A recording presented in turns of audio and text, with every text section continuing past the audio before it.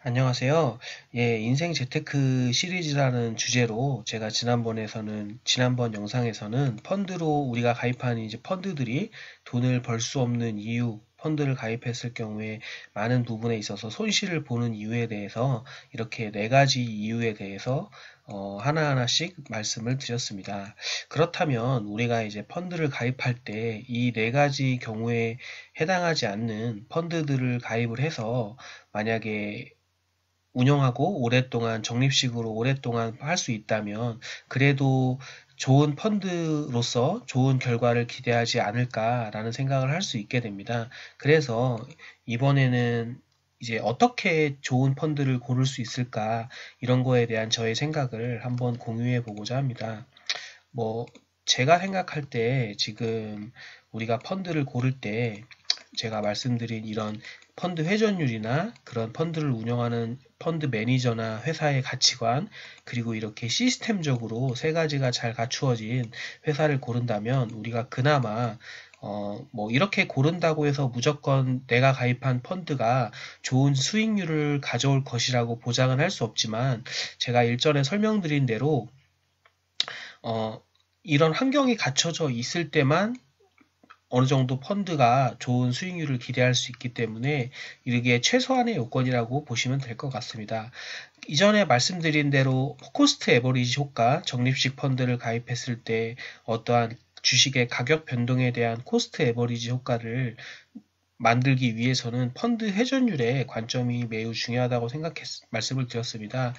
이 정량적 수치를 솔직히 이거를 정한다는 것은 참 어려운 것 같습니다.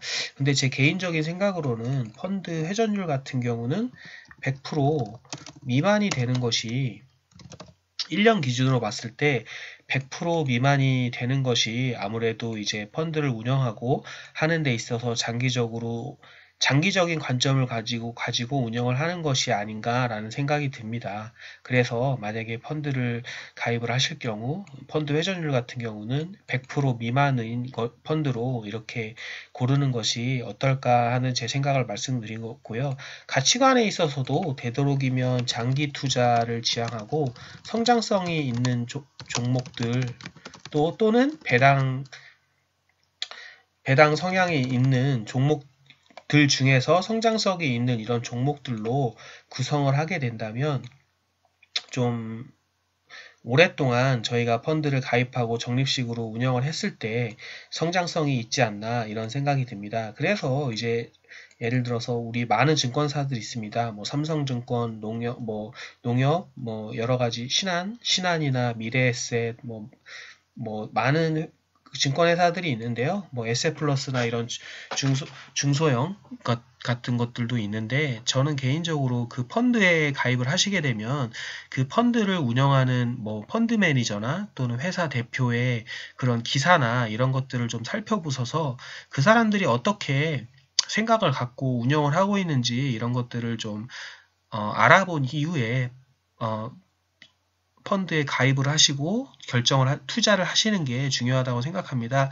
예를 들어서 제가 만약에 저 같은 경우는 개인적으로 메리츠 자산운용의 존니 대표님이나 신한 에셋플러스 자산운용의 뭐 강방천 대표님과 같은 뭐 이런 분들의 투자 철학만 놓고 본다면 이런 분들의 투자 철학이 참 맞다고 생각을 하고요. 근데 또 여러 가지 또 나중에 제가 다음 영상에서 말씀을 드릴 거지만 대표님들이 이런 생각을 가지고 있다고 해서 뭐 실제 펀드를 운영하는 펀드 매니저들이 그렇게 대표님과 동일한 생각을 가지고 있는지에 대한 것은 또 다른 이야기거든요. 그래서 그런 것들도 확인을 해야겠지만 어쨌든 대표분들이 그리고 회사 내부적인 그런 철학들이 어느 정도 방향성이 그런 방향으로 잡혀 있어야지 펀드 매니저들도 그런 방향으로 생각을 갖고 투자를 진행할 수 있고 펀드를 운영할 수 있다고 생각되기 때문에 그런 것들에 대한 뭐 판단이 좀 있어야 된다고 생각합니다. 3번 시스템에 관한 사항도 좀 어떻게 보면 2번이랑 동일한 부분인데요. 이렇게 뭐 시스템이라는 것들은 회사에서 정책적으로 어떤 뭐 장기 투자나 이런 것들에 맞는 그런 펀드 매니저가 이런 걸 운영할 수 있는 환경이 조성되는지 이런 것들을 좀 알아보셔야 될 것 같습니다. 개인적으로 이런 부분 같은 경우는 솔직히 개인 투자자가 좀 접근하기에는 좀 힘든 부분이 있는 것도 사실인 것 같습니다.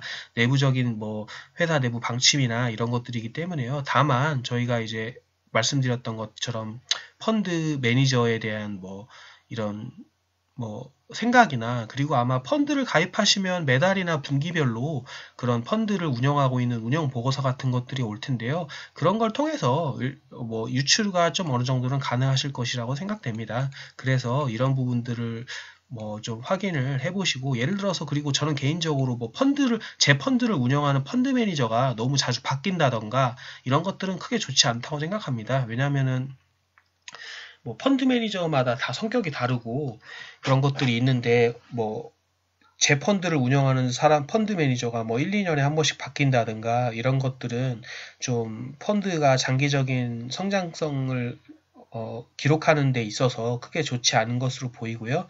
그래서 좀 자기가 보유하고 있는 펀드에 대해서 누가 운영하고 있는지, 펀드 매니저는 어느 간격으로 바뀌는지 이런 것들도 제 생각에는 이제 뭐 증권사마다 다 이제 문의를 하시면 그런 정보들은 다 이제 뭐 안내센터나 아니면 운영 담당자 부서 이런 곳에서 다 이야기를 하실 거라고 생각합니다. 이 펀드는 누가 운영하고 있고, 그 사람이 몇 년 정도 운영을 하고 있느냐, 뭐 이런 것들에 대한 정보는 얻으실 수 있을 거라고 생각되기 때문에요.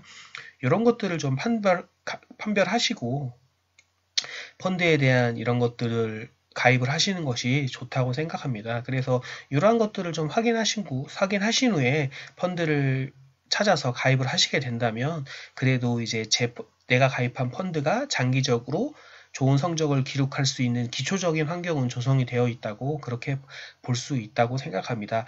예, 그러면은 이번 영상은 이것으로 마치고요. 다음 영상에서는 그럼 도대체 예를 들어서 내가 이런 조건들에 맞는 펀드를 뭐 예를 들어서 골랐을 때 어떤 A라는 이러한 조건들을 하면은 뭐 A, B, 뭐 C라는 회사를 이제 검색을 하게 되고 거기 안에 있는 이제 어떤 뭐 A-1 또 A-2 펀드 또 B-1 뭐 B-2 펀드 왜냐하면 대체적으로 뭐 한 회사에서도 여러 가지 펀드들이 있으니까요. 이런 펀드들을 찾았을 때 과연 이 펀드들을 실제적으로 어떻게 운영을 하고 있는지 정말 대표가 말한 대로 펀드를 운영하고 있는지 이런 것들을 확인하는 방법은 실질적으로 뭐 말하는 것과 운영하는 것이 다를 수 있지 않습니까?